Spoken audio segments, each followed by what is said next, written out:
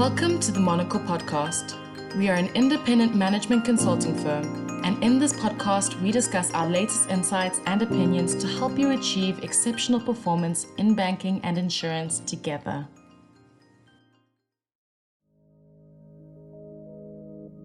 Welcome to the Monocle Insights podcast. I'm Guy Wilding, research lead at Monocle. And earlier this year, the financial sector held its breath as we saw several bank failures on both sides of the Atlantic. Major development in the banking world. The FDIC just reported the California regulator shut down Silicon Valley Bank. This is the biggest failure since 2008. In a shotgun merger engineered by Swiss authorities and announced on Sunday, UBS will buy rival Swiss bank Credit Suisse for more than $3 billion. Now that the dust has settled, it's become clear that Silicon Valley Bank and Credit Suisse, two of the biggest victims, suffered from significant failings in their risk management capabilities. So on today's episode, we're joined by Wiehann Weerts, director at Monocle Netherlands, to unpack what's been happening in the world of banking over the last few weeks, as well as chat to him about building strategic data assets, specifically around balance sheet management, and how that remains a core capability that banks just cannot neglect. So, Wiehann, welcome back to the podcast. As always, it's great to have you. Thank you, Guy. Appreciate the time. Perfect. So let's start with Silicon Valley Bank's collapse in the United States. And it seems to be largely caused by an unusual buildup in liquidity risk that eventually resulted in a bank run. What happened in SVB, and why are we still seeing high-profile bank collapses, considering the regulation overhauls that we saw following the global financial crisis in 2008? Yeah, incredible. So this very much feels like flashbacks to 2007, 2008 when I first joined Monocle. And on SVB, I think, Guy, we should probably break this down in simple terms. At its core, banks are intermediaries, right? They're taking deposits, which are both a chief liability and chief source of funds. Banks then take these deposits and lend them to borrowers and invest them in a range of fixed income securities. So the first source of vulnerabilities that demand deposits are redeemable on request. In other words, depositors can withdraw all their deposits from the bank at the push of a button. And the second source of vulnerability is that bank assets such as loans and securities are illiquid. In other words, it's costly to turn them into cash at a very short notice. So banks take in deposits that have a short maturity and invest them in securities and loans that have a longer maturity. The difference in the interest rates between these two is really, in essence, how banks make their money. Right. So what happens if lots of depositors want to withdraw their money at the same time? Well, then the bank would have to sell its securities to meet the withdrawals. The issue with having to sell securities is that their values might have fallen since they were first purchased by the bank. This can happen simply because interest rates have increased in the interim. The rise in interest rates, for example, pushes down the price of fixed income securities. So this could potentially mean that the bank does not have enough assets to cover its liability base or its deposits. This is where share capital comes in, or shareholder capital. It helps absorb the fall in the value of securities, acting as a buffer. But what happens when this capital is exhausted? Well, at this point, the bank is insolvent. So central banks and regulators have long recognized the fragility of banks and their susceptibility to bank runs. In the United States, standard deposit insurance is up to $250,000 per depositor per insured bank. And the equivalent figure in the UK is about £85,000. So this reduces runs by small depositors, such as happened to Northern Rock during the global financial crisis of 2007 to 2009. Very long-winded answer in getting to why SVB failed. So SVB was a banker to many tech, life science companies. So this meant that its deposit base consisted of many customers whose deposits were well more than $250,000 deposit insurance upper limits. And to give you an idea, 93% of SVB's deposits were uninsured, and it had the second highest ratio amongst large US banks. This was the first vulnerability. SVB's deposit growth since 2020 had been quite impressive. So the tech boom of 2020, 2021 meant that many of its tech customers were raising lots of money from venture capitalists and private equity investors and depositing this money with SVB. As a result, its deposits grew from $65 billion in 2019 to around $190 billion in 2021. So the bank invested a large part of its roughly $200 billion balance sheet in long-term assets and funded it predominantly with short-term deposits. A surprisingly high amount of SVB security portfolios had contractual maturities over 10 years, something like 80%. So by contrast, the 166 odd billion of non-maturity deposits used to fund these investments were mostly of very short-term nature and could be withdrawn by clients at any time. So the collapse of the tech boom from November 21 onwards meant that many of SVB's corporate clients were drawing down their deposits in 2022. So the high proportion of assets tied up in loans and held to market securities meant that SVB had not left itself a lot of room for maneuver should deposit outflows increase. So this meant that after exhausting its cash reserves and short-term liquid securities, the bank had to start selling its held-to-maturity securities. The problem for SVB was that, as well as the tech boom coming to an end, inflation was increasing and was not likely to be a transitory phenomenon as it was called in the beginning. So this meant that the Fed and other central banks around the world had rapidly raised interest rates to tame this out-of-control inflation. The US Fed's funds rate rose from 0.25% in March 2022 to 4.75% by Feb 2023. This very steep rise in interest rates meant that the low-interest held-to-maturity securities held by SVB dropped in value drastically. SVB's two vulnerabilities really created the perfect storm, and very importantly in this case, highly correlated tech firms became aware of that. I think this very much brings us back to I think, basics of good asset and liability management practices, which clearly didn't happen at SVB. Secondly, the Basel III liquidity coverage ratio, LCR, applies in the US only to the full extent for banks with assets above $250 billion. So SVB had a balance sheet of around $210, $212 billion as at December 22, which is below this threshold. So it only needed to comply to a less stringent modified version of LCR, applicable for banks with assets between $50 and $250 billion.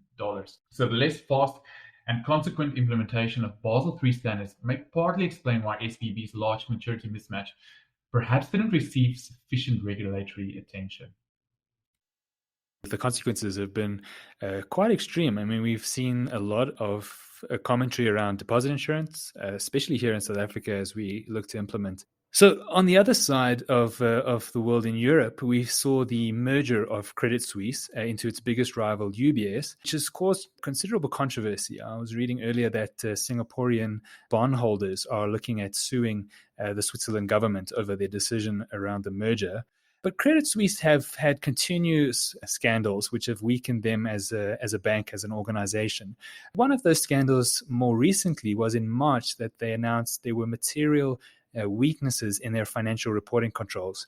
In your experience, what have you found banks to be struggling with the most when it comes to regulatory and financial reporting?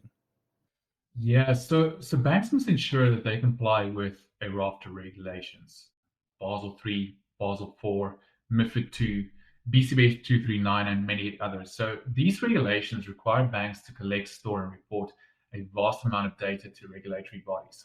And implementing and maintaining robust and trusted statutory and regulatory reporting platforms can be challenging for banks, largely due to the complexity and changing nature and how dynamically these regulatory requirements actually change, but very much fundamental basics as well. Good data quality and integrity.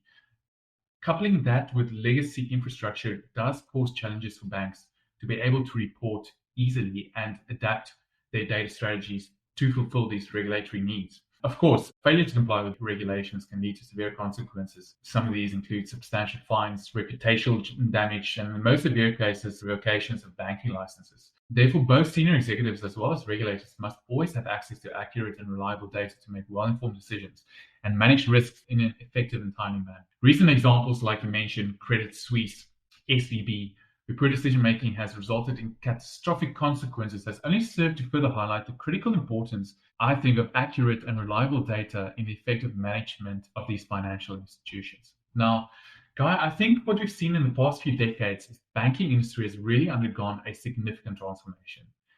Due to technological advancements, banks are now offering services that were really unthinkable even a few years ago. Innovations such as fully digital banking, open banking, blockchain-based transactions, artificial intelligence, advanced analytics have become very commonplace in the pursuit of advancing and expanding services that banks provide to their clients. However, in the race to embrace these new technologies, I do sometimes feel like banks have seemingly forgotten the importance of the building blocks for decision-making, strategy execution, and risk management, which we like to refer to as defensive data strategies. Now, the aims of defensive data strategies are to minimize negative outcomes and risks, including at a minimum compliance with regulatory and fiduciary requirements. While these strategies may seem mundane and unexciting compared to the novelty of technologies such as AI, they are nevertheless the building blocks upon which trust in the system ultimately rests. Right. So this forms the stable base I think what banks struggle with is the interplay between defensive data strategies versus your more offensive data strategies, which is your AIs, more your insights-driven client analytics, revenue-generating strategies with finite resources. And there's always this fight for resources and where banks actually spend their energy when it comes to building and executing on data strategies. So I think this is some of the challenges that we've seen banks and even some of our clients struggle with very much over the last few years. I mean, having a look at those defensive data strategies, a core part of that is building the data that allows you to make critical decision making, having those decision making capabilities. And we look at that holistically, and that bank should have that as a building block, like you mentioned. What are some of the most common blind spots or inefficiencies that you're seeing in the industry around that? So when a bank gets into a tough position, or leading up to that, when critical decisions need to be made, banks and their executives and their risk managers need the correct information at their fingertips to move quickly. The same goes for regulators. Regulators also need to have these pieces of data, these reports, to be as accurate as could possibly be timeously. I think that's something that is very much become very much more apparent with the failure of these banks and the slight turmoil that we've seen in the industry over the last few months. Yeah, exactly. I mean, it sounds like there's a massive need for agility, but with that, reliability. And that only comes from having your fundamental defensive strategy, like you'd mentioned, and really creating a foundation for your data to build everything else on top of. So moving a little bit along, we've seen increased calls from regulators for banks to invest in strategic risk management and reporting solutions. And so earlier this year, the European Central Bank's Supervisory Board Chair, Andrea Enria, had this to say regarding risk data aggregation and controls in European financial institutions. And the key factor pulling downward pressure on supervisory assessment, on the supervisory stance, is the persistent weakness of internal controls. We found controls in deficiencies in risk control system, number of findings on the effectiveness of management bodies, in risk management, in compliance, in internal audit functions. We focus a lot also on difficulties in the IT landscapes and in risk data aggregation capabilities, which she deemed very important for risk management. Now, it's clear that effective risk management relies on robust data, which has brought up the argument for getting back to basics, like you'd mentioned, and developing what we phrase at Monocle as strategic data assets within large financial institutions. Now, you've had extensive experience with these types of projects, specifically around designing and building strategic data assets for balance sheet management and assets and liability optimization. Tell us a little bit more about these solutions and the value that they can provide, considering the complexity of implementation. Yeah, so Monocle Solutions, and I was fortunate to be part of a large initiative at one of the large banking groups in South Africa, focus very much on strengthening their defensive data capabilities as it pertained to treasury analytics and the reporting platform. So a couple of things here. So through a robust and more forward-looking design, I believe the foundation was laid not to only future-proof the platform to ensure future regulatory requirements can be met within a short time frame, but also leveraged the same defensive data for more offensive capabilities used within the various business areas within the bank. The process of sourcing data for analytics within the treasury environment involved gathering information from a myriad of touchpoints. So this involved receiving trade transactional level data directly from various source systems, putting that all together and doing the reporting. So based on some specific regulatory findings around daily LCR and NSFR reporting on a monthly basis, as well as the initiative to upgrade an already existing risk calculation engine and vendor-based software solution, the clients involved in an initiative to rebuild their current data feeds into the treasury reporting process, very much to ensure data completeness, accuracy, validity, timeliness under the guidance from BCBS 239 regulation. So Monocle got involved in this project and through some detailed analysis discovered some fundamental deficiencies in the way that data was flowing through the organization. We did a re-engineering of the platform as well as including all of the franchises and their foreign entities, legal entities as platforms. very much focusing and grounding the base for the solution in defensive data sets, right? So what I mean by this, we grounded risk reporting in finance. By doing that, we managed to, number one, leverage existing processes that was in place on a daily and monthly basis required for your statutory reporting, but also providing that trust in the data that was used. So we started with these building blocks. We then drilled that down to trade transactional level data, enriched this data set, of course, along the way, building all of the necessary controls and the governance process around it, which provided a full data lineage from transaction all the way through to actual financial reporting. This became very much the centerpiece for regulatory reporting.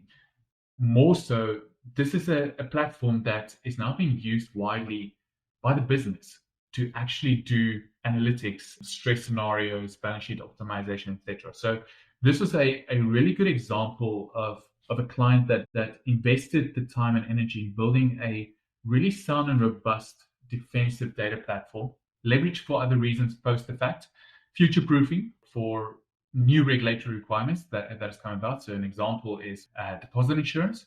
So the same platform was leveraged very easily to cater for deposit insurance from a regulatory perspective. I love the phrase you use, future-proofing, because I think that's the real crux of defensive strategy, is to put something in that has a longevity to it, that's providing value, not just from the core purpose of putting it in, but actually providing value for further analytics outside of that domain. Now, last episode, we spoke to Lisa Walthausen around the coordination of multidisciplinary teams to execute on data migrations. So the design and development of a strategic asset liability management data solution would require a similar expansive team like those that we spoke with Lisa. And so that's looking at individuals who have specializations in data and risk and treasury and finance. So what is your advice on approaching an undertaking like this? And what is the best combination of skills required to successfully complete such a big project? So firstly, I think what made this specific project a success was implementation of a strategic vision. Right. The project was very much driven from a regulatory perspective, but we took the business on the journey and showed them the value of what this data platform, really grounded again in a defensive data strategy, could offer them. So I think that this made the buy-in from business stakeholders, where regulatory requirements sometimes is a bit of a grudge purchase and not a place where people really like to spend time and resources. From a team perspective and from a project approach perspective, definitely the way to tackle these larger programs is in an agile and iterative approach. You cannot boil the ocean. You need to start small. You need to show value quickly. That gives business confidence that you're producing the correct results. It also gives you time to iteratively adjust, change tact if required. From a team perspective, I think the second point was very good multidisciplinary team spread across both, in this case, data providers, which were the franchises and legal entities, as well as the central treasury function, who was responsible for ingesting the data. What made this extremely successful was the skill set of the Monocle consultants deployed across all of the various streams of the project. These included data engineers and people who could do data modeling, who could develop ETLs, who understood the architecture and the solution design. So having accountants who can assist and guide around the finance processes, quants and financial engineers. So to give an example, as one of the legs of this project, we actually valued the pricing and repricing of financial instruments from first principles to ensure that the data that we provided was actually correct and to regenerate cash flow. So I think the multidisciplinary teams spread across the various entities working together collaboratively in an iterative and agile approach was definitely one of the success factors of this project. Lastly, I think strong program management, something that cannot be underestimated. When doing large transformation programs like these, you need strong program management to influence, to ensure that you've got the necessary buy-in from all involved parties to eventually land at a successful implementation, which again is a reusable product that can be used for for multiple purposes, not only the initial intent that it was set out for, which was a regulatory requirement. I mean, any initiative to build something like this is going to require a significant vision and buy-in across the organization, but also an intense amount of resources. So it's clearly not something to be taken lightly, but the benefits are just unmatched, like you've discussed with us. So, Wiehann, it's great as always to have you on the podcast and to get your insights, not just on consulting, but also what's happening in the market, and also just to talk about some of the less flashy stuff, but obviously the fundamental stuff that banks are built on. As always, thank you for coming on to the podcast and sharing your insights. Thank you for the opportunity, Guy. It was great talking to you. For our listeners who would like to learn more about what we do at Monocle, you can find all our insights on our website, including our upcoming insight paper specifically on balance sheet management through strategic data assets. Similarly, if you'd like to contact us, you can find all of our details on our website for both our European and South African practices. Visit monoclesolutions.com to subscribe for updates. From Johannesburg to London, Cape Town to Amsterdam, Monocle, we design change.